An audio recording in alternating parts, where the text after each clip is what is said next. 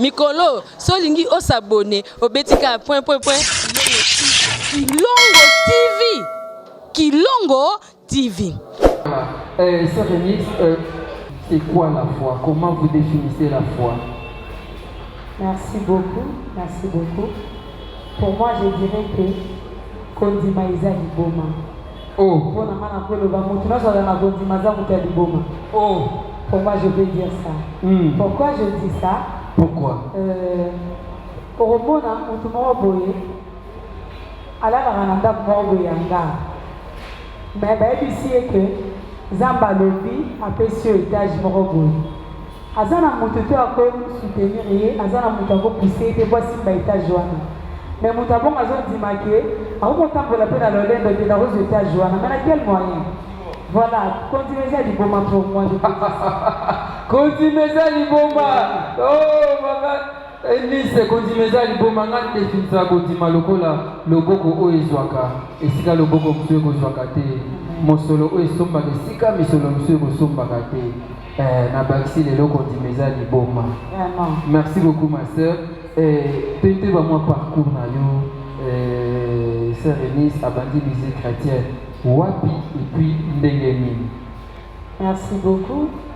Sœur Eunice, Mwana, Oyazala encadré dans ma boko ya papa na ya molimo. Abandi musique nanga na âge à 8 ans.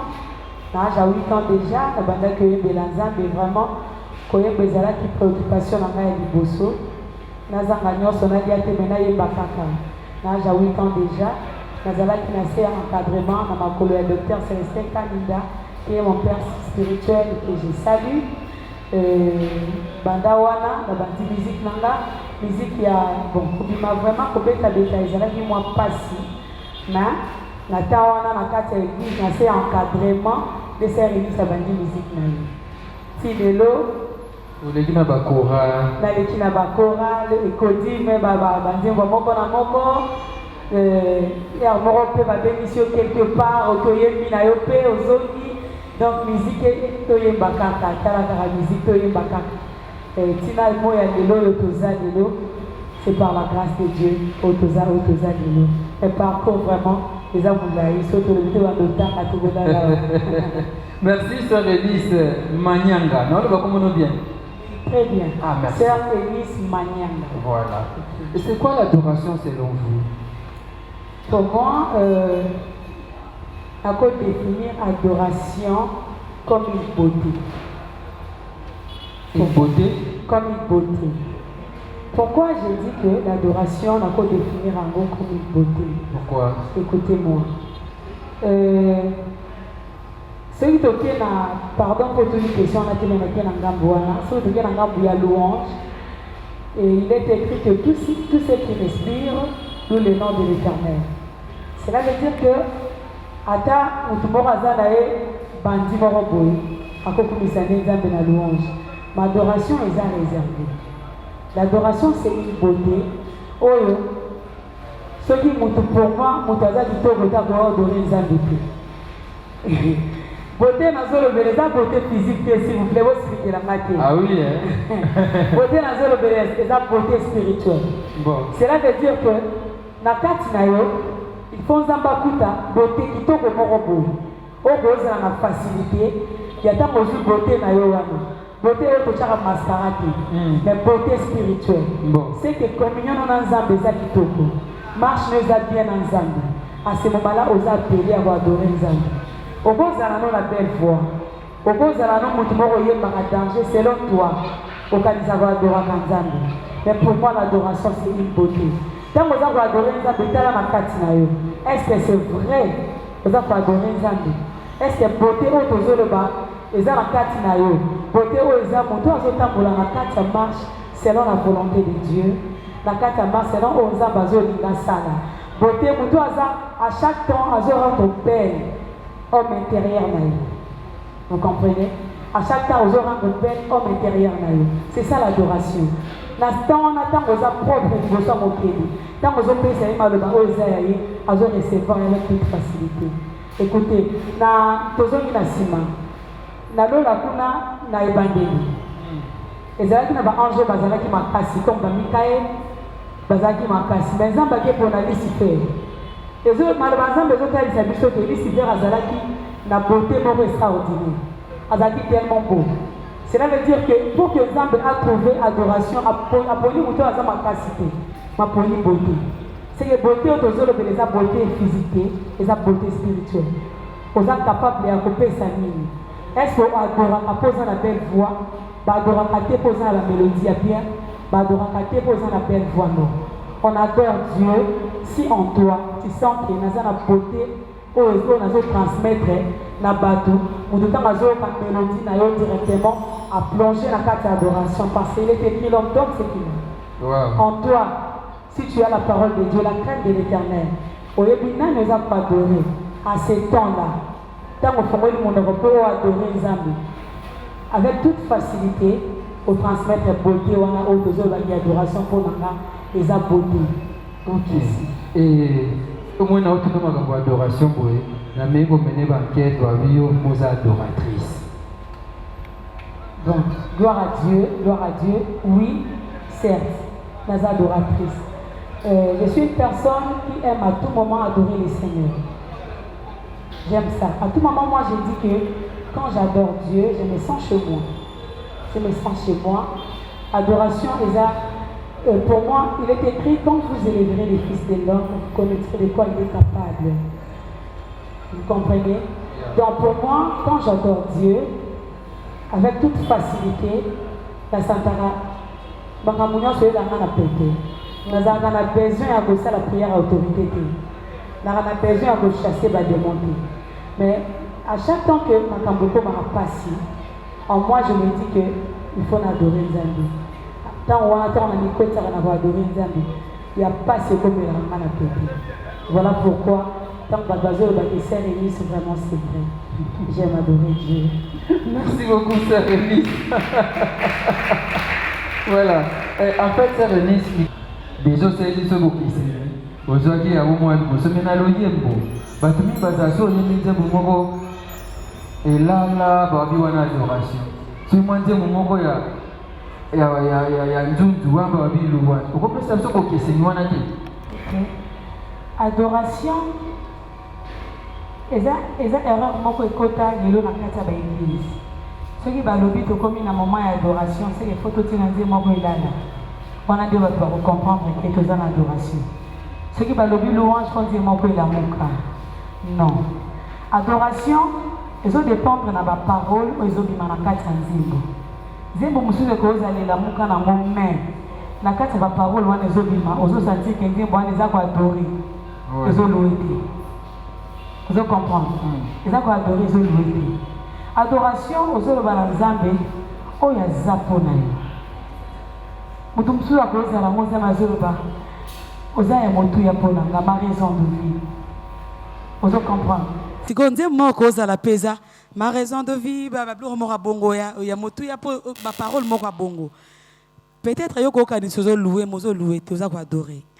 Donc adoration elingolo baté que ceux qui va lever to comme na moment adoration. Donc eza et loko kota presque l'église est belée. Tu peux bosser loko te po bolongo lango. Donc na l'église na biso lelo, ceux qui salami que balobi to comme na moment adoration.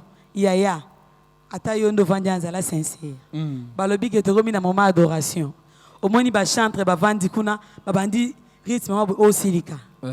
O baba sal ba yembe ba na molimo nzambe te. Comment biso to na moment adoration? Bango ba yembe la so. Ozo comprendre. Donc eza eloko ekota déjà tina ba sali nzambe. Soki tokomi na moment adoration, il faut to betanze moko ya na gumba wana nde bo comprendre que or que maloba mso ko betango ya malembe eza ko adorer nzambe te. Ozo louer nzambe. Mo betango na malembe. OK. C'est ça.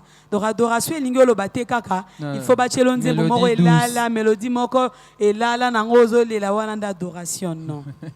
Merci maman. Maman Nis pour la précision wana.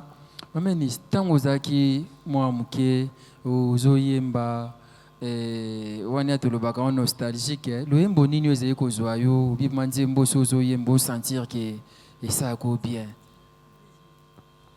OK, eza nzembo yo na bandaka koyemba ngo nayembaka ngo tilelo.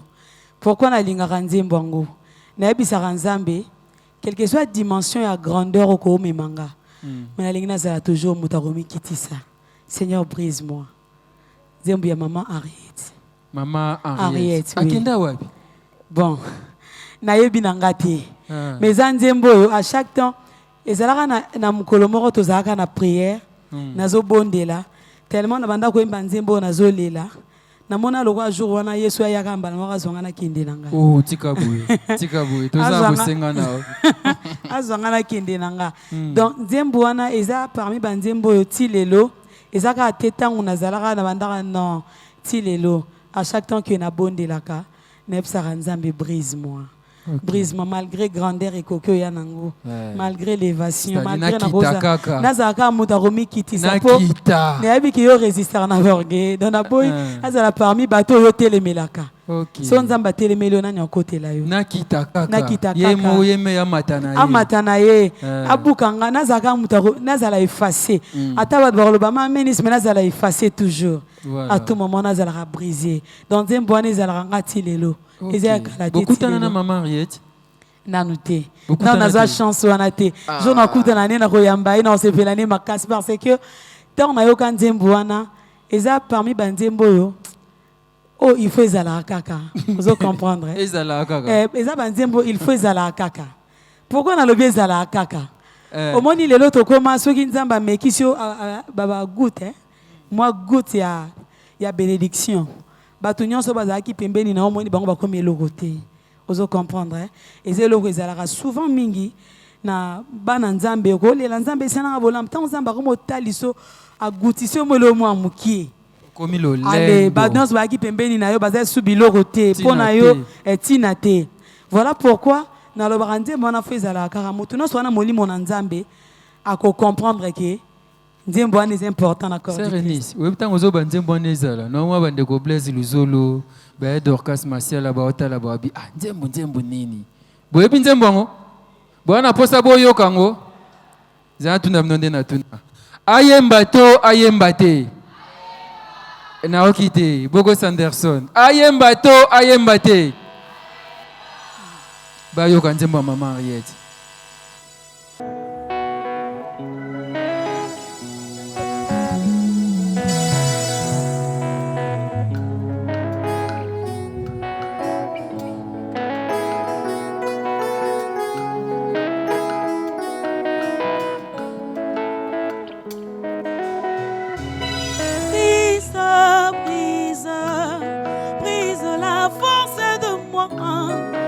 Combat mon âme et t'empêche de vrai en moi.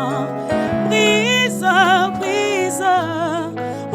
la force de moi qui combat mon âme et t'empêche de vrai en moi. Brise l'égoïsme dans mon cœur qui s'est élevé comme un mur, mais rempli du souci du monde qui t'empêche de vrai en moi. Si je suis ce que je suis, ce n'est que par ta grâce.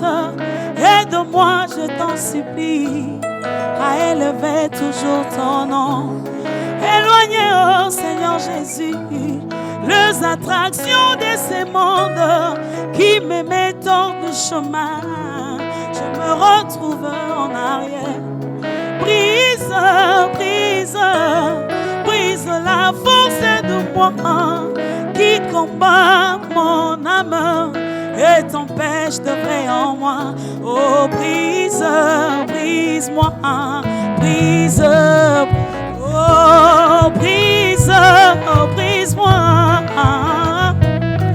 Oh, la force du péché, mais brise-moi,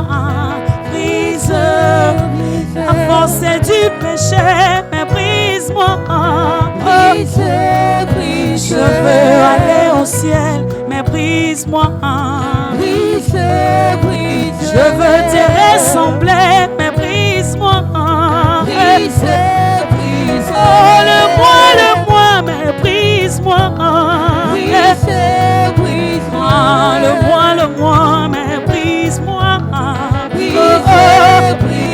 L'ennemi de mon âme, c'est moi-même. L'ennemi de mon âme, c'est moi.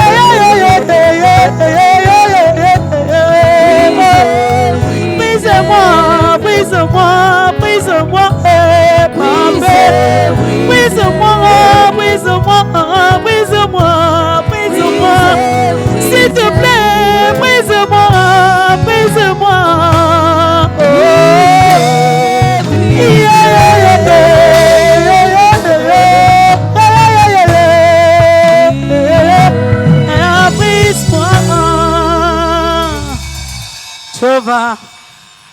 Est-ce qu'on peut acclamer pour ça? Brise-moi, Seigneur.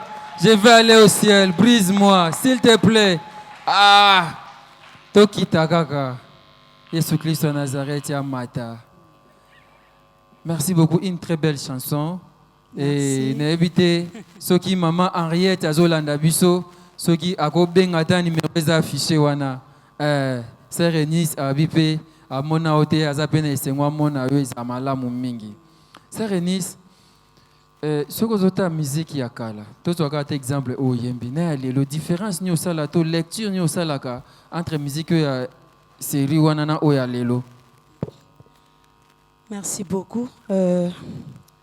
Souvent, moi je dirais que Nathan Wakala, musique mingezalaka, ceux qui ont qui mélodie mokoto, moyembi morazo yemba, avec toute facilité, vous comprendre que Nzembo pendeze Nzambe.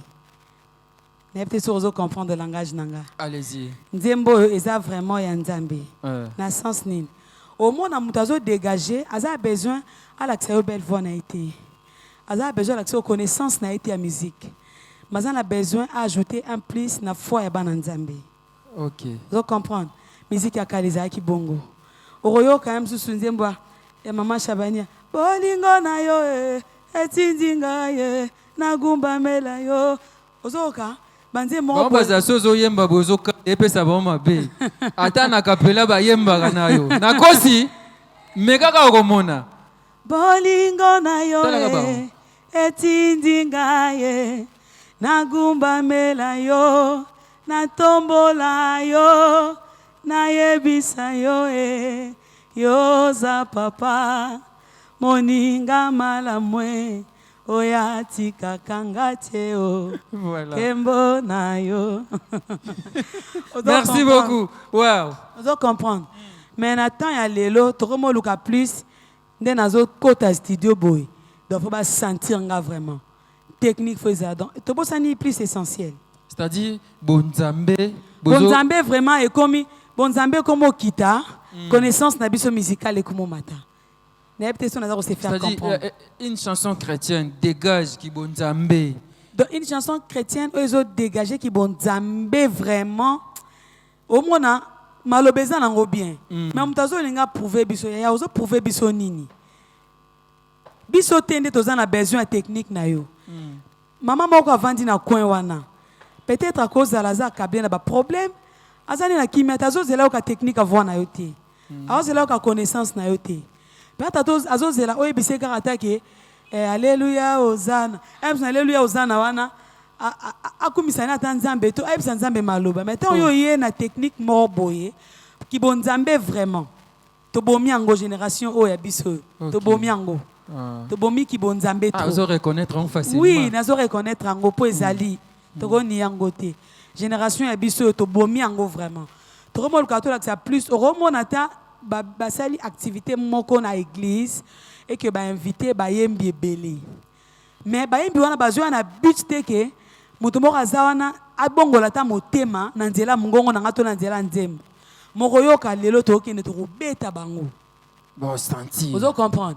Lelo pena ba ressentir que biso to betaka. Lelo pena il faut to la ki sa bango ke biso to leki bango. Mais na ta wana oroyemba banda lelo ti lo bizamba zunye loko moté. Alobi na maloba na za mofuta ba basale la kai ya ba luka kai. Oko sala okaniso sale la nzambe. Nzoko sala no nzambe te nzamba zamba sala ka nzamba futaka. Mais orozwa bénéfice te am sala zo sala parce que o sala ngo bien te. Ozo sala ngo et non pour la gloire de Dieu. Ozo sala ngo pour o sepelisa matoi ya batu. Non, moi quand je chante, nana besoin yo kanga kitoko te. Yo kasi ces paroles na ko bimisa, ce n'est pas ça l'essentiel, belle voix. Ce n'est pas ça l'essentiel. L'essentiel les anini. L'essentiel les a que tant ozo yemba. Nzamba inspiré que enani nzembo moko kati na yo yemba. C'est que nzamba moni motema moko eza peut-être na kitoki mosi, yam so eza ngo pe na ville te. Motema wana siko peut-être pas de consolation et c'est la parole aux obimisawana. C'est que tant ozo dégager quelque chose, il faut ajouter Saint-Esprit dans lobano zolobawana. Molimo wa sungaka, molimo wa simbara mitema. Tant ozo yemba chante, yeba na mutuna que je chante pour qui? Ngana yemba pour Nzambe. Nana besoin tena ki ne ba acclamer nga non. mais susu na ngai ezali na nzela te evoi na ngai ndambu nzambe apesi nga mutu moko avandi na coin kuna a bénéficié quand même à moi quelque chose. Peut-être que l'on a simba qui lichette, qui nzembo et touché moté manazui lichette à boaki. Nalo la déjà n'a eu point non. Ayambi sur le quoi mon petit mon bix. Nalo la déjà n'a eu point. Souka na fait. Souka. Donc n'a eu peu bénéfice n'a eu béni. Souka. Sœur Enis Manyanga. Vous avez na préparation et à concert moko amnene na groupe na yo source de vie. Ouais.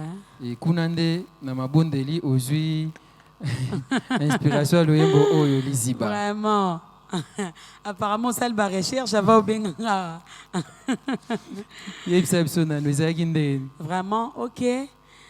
Tu vas préparer concert. Ezara première concert na biso ya groupe. Concert wana ezala qui juste présentation ya groupe de na Koloba. Na kati ya préparer concert wana. Tu as la retraite, tu as quelque part pour une semaine. Il y a retraite. Na kati ya retraite, tu as bonde là vraiment. Makambu vraiment. Ezalaka vraiment. Vous avez une pire difficulté ma casse. Ya. Tu as préparé concert. Au PC ba faire pas. Non, ça n'a pas à faire pas dans ma limbisabino. Bon, c'est obligatoire. Tu sais, on peut tout faire par façon que ça bon. Papa, Adam Moko azongisaka. Adam Moko. Adam Moko, ego soulager yo. Mais yange zara lokwa libabe. Na sala ba faire part. Na pesi bato. Talaka bato ba fan na yo ti. Ba sepela pe na yo ebi ke ne na boye ne na beta boye. Moi motema o cheli mo. On a esa mutu moko eliki na mutu te pardon. Eliki ano pesa na Nzambi. Adam mutongo lo ba. Ta confiance à l'Éternel. Oui. Adam mutongo lo ba elie nga vraiment ya elikete. Komekate okufa. Komekate. Donc et ça l'ami que tozalaka na retraite. Na retraite wana etkali 3 jours. Non 2 jours si je me trompe pas. Pour te mettre à concert. À ta 5 francs, il y a tout pour répondre ezati. Si il faut besoin instrument et qui dans la salle place besoin qui na mimoni ke na binzambe o sonya boiso na yeba ki na ngana na beta concert ote po eza humiliation moko na vie na ngana na kutana na ngote tuzaka na kata prière tuzo bondela na si ya ko bondela wana oyebi ka makambo ba mission des alarazo bona moi retraite moi mélodie mo egoza na opeso beta ezanga te na si ya ko bondela na banda ko prier na zo lila na nzambe ma koto ba beta porte te côté bon et mon anité 2 jours yango si ko s'appelle la batu to ko zala au moins da fan baza ebele maele sili to suka wapi na temps o non to zo instrument te le côté nga bo te na ba la te zate oh donc le rezate et rosala ma que to bande ko bondela na kati ya retraite o sakolmo ka bisinga nzamba zo bana biso boy jour wane ko leka ndenge ya lingeleka Nzambe faut enseigner yo comment retirer la elikia. Batu nyonso pesa faire par temps mutu moko répondre yo. Oh ba ça role comment on peut un message à ma bébé. Nata on a besoin de un message mo repesa nga makasi mutu moko yebisanga te ke moni mameni so moni na zomona mais yo yebisanga le côté gloire ezali. Mais Nzambe lui mutu repesa mbongo azate 2 jours. Na sa mélodie wana net ban le la tellement. Na banzo yemba na boya yo na lingana nyo papa kozanga yo vinanga na somo muzika na yo nga na sambwe nanga donc nzembe mati bongo na banzo yemba liziba nanga mayo ekauka kate nzamba pesinga ba parole na kati ya liziba na banzo tia maloba na kati ezaki nzembo moko auto préparaka kutu te to betango na concert nzembo wana ezalaka comme surprise 2 jours avant concert ezalaka comme surprise moroboy. Donc tant que continue équipe nanga na bandi na nzembango na yo mona ke nzembo pende na nzembo zaba imposer nga ponga ito na ndosa ba programme na ngosala album na préparer na nga lizibate préparer titre mususu na préparer na nga lizibate donc nzamba imposer nga liziba pota lisanga ke yenda za lizibo e kaukaka te na ko cha penser na nga na motu te motu na so a se confier na motu azwa ke loko te quelle que soit dimension ko za na ngo ya ba problème au moins ko komi na suka confiance na yo total faut zalaka pa Nzambe et jour wana le kana dose à gloire on amour na satanda na ngoti Bon instrument ozwaki. Nazwa bon instrument le même jour. Oh. Si vous avez un montant bon instrument la paix ça on dit maté instrument goya. Tikaboy. Ya na la vérité $50 na maboko. Au temps que le besoin instrument instrument na ngapo à $250. Oh. Si vous avez à $50 ya qu'on dit makaka. Papa bon toi na. Bon to za nango. Yango. Instrument ebima. Telara bosali programme bo beta concert na 13h30 pour bambi ba affiche. Et que concert est au banda yo 16h to ke 17h. Abattu déjà. Mais batu bazaka. Batu plein. Tina bala batu ba okende te. Abattu na binzambe nanga. O makamni ne komelanga. Et jour en retour na zo kota na nzembu na porte na zo emanzembu nanga. Iba bo na zo lela. Batu ba pembe nanga mamenis obepsa maquillage. Non. Maquillage est talinga été. Yesu nde. Non di maté donc na comprendre pendant jour wana na comprendre que na vie okosa la nyonso mais source nyonso za Yesu. OK. Tokozonga solo aliziba na ebike tozo ya toyoka nzembo yango. Toyoka ngo. Tosola na mukete. Goteke la osanga sina bito sola na muke. Tokozonga eza album ya 10 trende olobi. Tozana liziba lisolo motema Sabaoth. Oui. Mwana nelaka. Mwana nelaka. Akufa raté. Na se reposa oza vraiment dibisanga. Oza vraiment na ebité na lo bango ezate. Avant toyoka liziba, tokoyoka nzembo nini? Sabaoth. C'est-à-dire na sepele pe na Sabaoth, une très belle chanson. Ici nous rendons grâce à Jésus-Christ de Nazareth.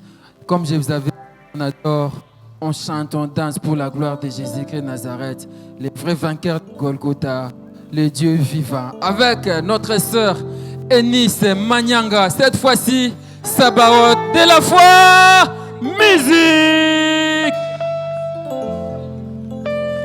Alléluia.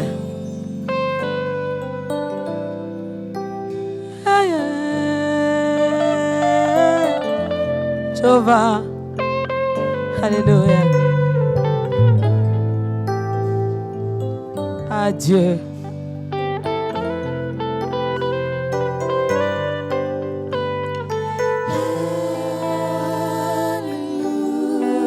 Adieu.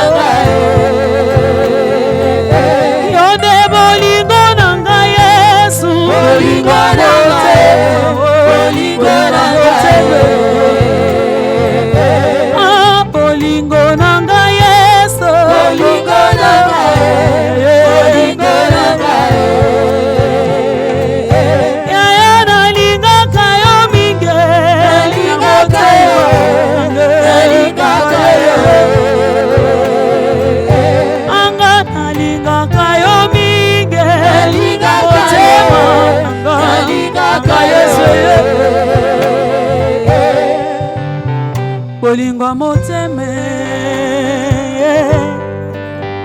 bolingwa motema, bolingwa libela yeso yo, bolingwa libela nangaye, tata te, mama te, bonzuita, kakayo, oh tata te, elombe ozuita kakayo tata te mama te ozwi te ye kaka yo tata te ye elombe ozwi te kaka yo kababotola ta nyonso nandimi ye papa basimba yo te na vina ngai ye kababotola ta mbongo ngai ye nandimi vraiment basimba yo te na vina ngai ye kabaswa ta réputation ngai ye nandimi ye papa basimba yo te na vina ngai ye eni alingaka yo mingi oyebi yango Yesu nalingako makasi oyebi papa benganga mosalie nandimi anga nandima kosala melanga na yo yango ata bazofinga natika te onga nandima kosala melanga na yo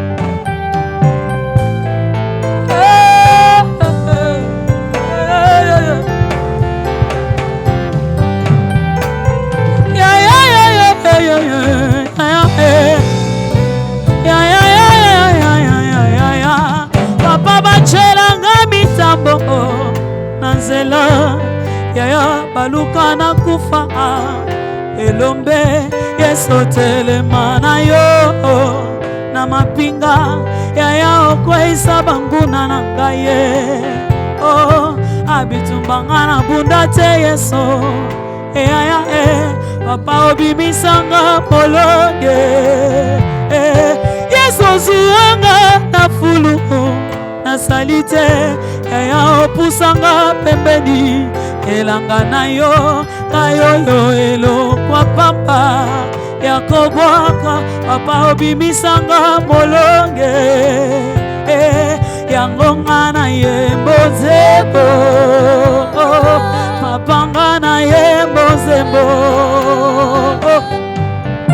sabaote sabaote sabaote nanga elombe sabaote sabaote ape sabaote nanga ye elombe sabaote Yesu sabaote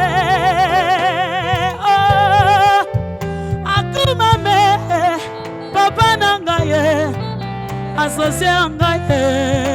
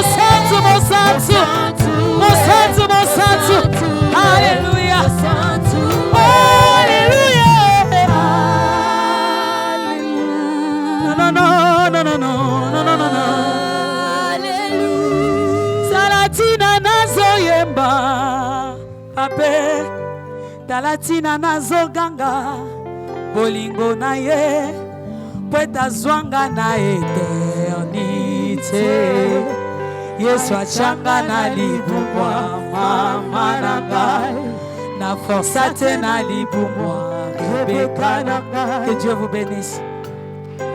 Beta maboko Nzamba malamu. Une très belle chanson. Aïe, n'a évité na lobanini. En fait, vous avez préparé l'album Kitoko. Vous avez déjà trouvé un producteur? Non, pas encore. Ah, yo peso ko tcheso elika na motote. Kuna ba faire part aux wakate sikozo sandeni. Bon, Zamba zo sunga biso. O toza lelo eza grâce à producteur te. To lobi te ke ba producteur bayate non. Toza pe na bango posa. Mais ntina tan o toza lelo Nzamba zo sunga biso na façon na ye. Loko les musala na ye. Ye moka lobaka ko zwa biso en charge. Ndazoko ba kosala ngo ti lelo. Te tozo tambola bo producteur azate. Mais Nzamba zo sunga biso malembe toza ko accomplir mission na biso. Mais ceux qui producteur moka monanya lingi na nzela mbongo na ye bana Nzambe pe ba pambola mato panza sango malamu. Vraiment maboko eza polele to yamba ye. Ok. Oui. Mais n'oubliez pas qu'il y a un producteur des inconnus. Les vrais producteurs, lui c'est Jésus-Christ de Nazareth. Amen. Amen. Expliquez-moi ça dans long et large. Liziba. Eza nani. Eza ya nini. Liziba. Expliquez-moi ça nan. Olingo loba nini. Nani Liziba et puis ya nani. Liziba o tozolo bela. Parce que na kati ozoemba posa na ngai eza na. Oui. Posa na ngai eza na tombola Yesu parce que yenda za source. Encore le bango ta titre posa na ngai mais préciser obi Liziba. Pourquoi na lobi Liziba? Tant posa na ngai zolo bana tombola Yesu.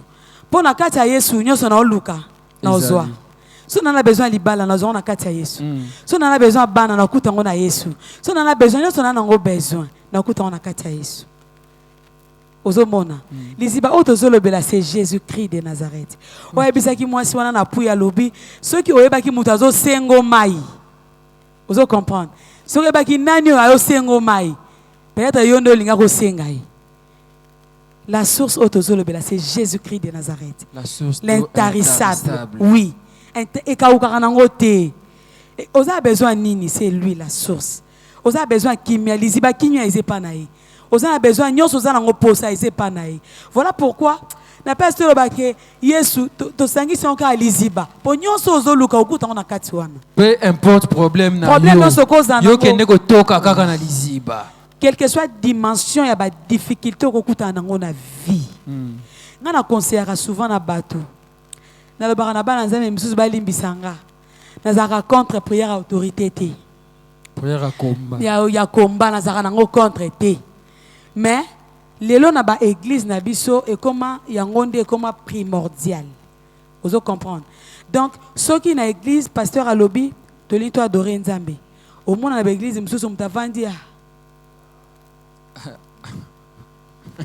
Ozomona. Mais ceux qui balobi envoyer yaya tam tamandea ko bela. Fait bando boka ba moto zwini. Ba tata mwesna ba noko ba noko ba moni pasi simba fimbu landa bango biso na salango landa bango na simba na samoy papola bango ba fimbu yaya o fia rouler le bamba libanga lo lokio kaka. Ozo comprendre. Eza nango mabete. Eza nango mabete. Mais on a nous sima il est écrit quand vous élèverez les fils de l'homme. Tant on a moni combat na ngai ye makasi. Na salani na tini ba moto zo simba te. Non na zonga sima.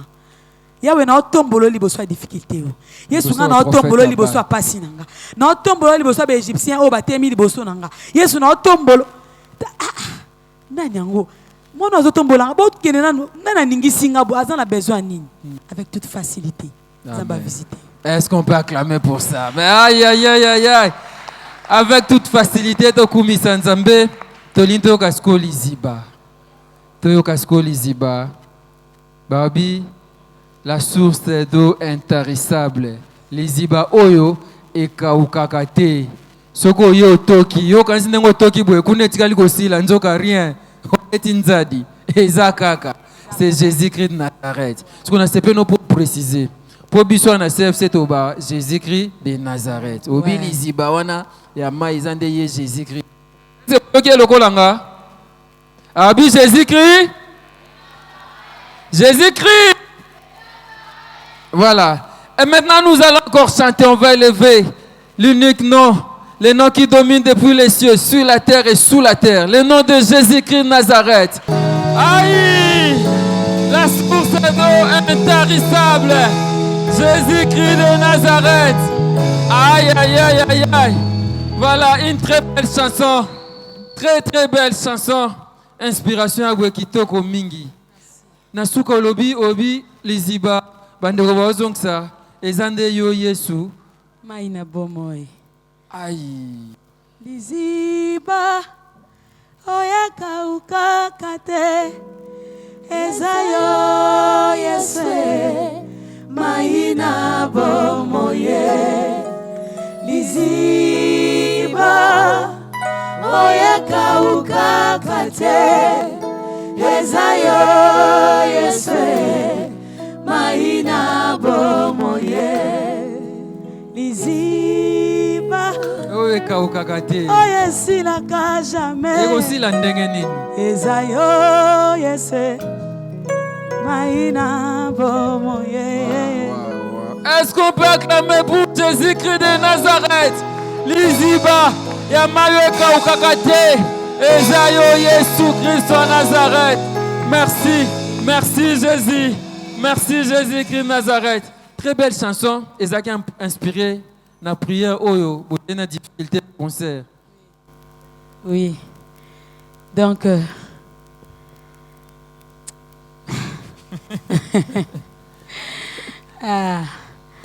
Nzembo oyo.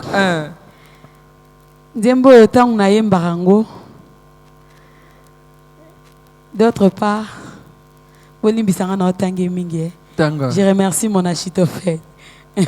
Les prophètes. Je remercie les prophètes H. Voilà. La maison a bien mon Achitophèle. Ok. Les prophètes H. Les jours là, tant que Zoyemba. Naboya yo, nalingana yo, pape. Olimbisanga ya nalingana yemba mingi. Yemba. Awa te ako yemba. Tant que Zoyemba ngo. Yena cher a otea. Na se a otea na yewana. Ayoki inspiration elie liziba oyeka ukakate ezayo yese maina bomoye ngana yesu na baki na bi na boya yesu na linga na nyo papa na bemoni nzambe na pesinga nzembo etondi na mate ya susu morceau na susu morceau mususu siko na kati wana tanto par album to baki to rocha album na biso ezala sabaot nzambe esi biso album wana eza liziba. Vous comprendre. Et l'ongwe sabaot et comme Liziba. Et sauter Liziba. Bon. Dans Liziba, ezanzembo nzambe ye moko. Nzambe ye moko apesi pour na édification ya corps du Christ. Pour mutunyo soazo kangwaza la béni quand même na maloba wana.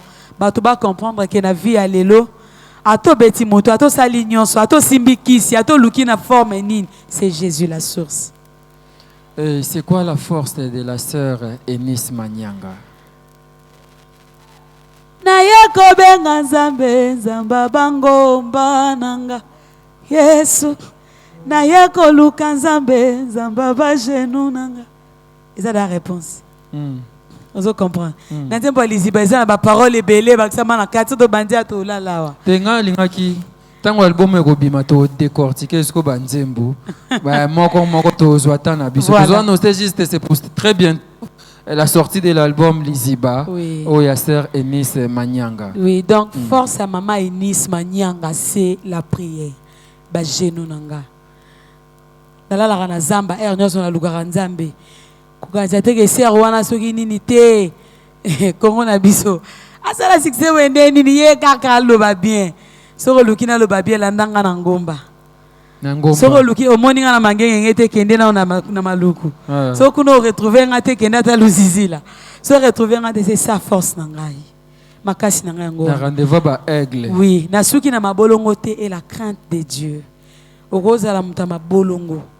Obuka kano mabolongo ya msusu pona apparence ba mona yo.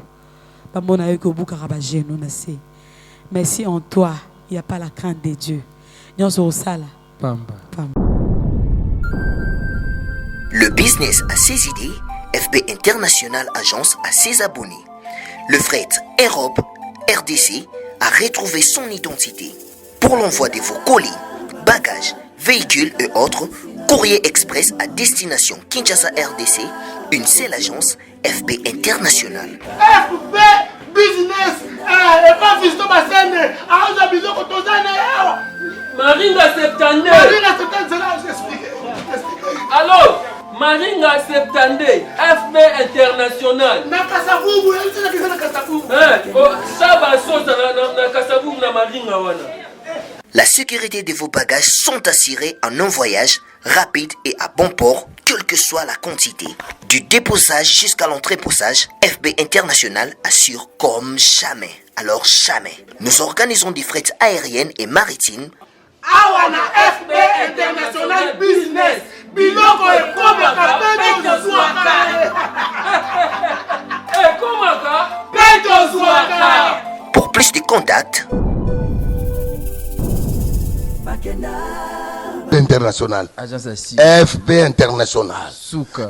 FB International. Danger. FB International. Dégâts. FB International. Masolo. Balobi kunande masolo ya kati. Mosusu olela. Mais FB International yango ni masolo. Mikolo, solingi osabone, obetika point. Kilongo TV. Kilongo TV.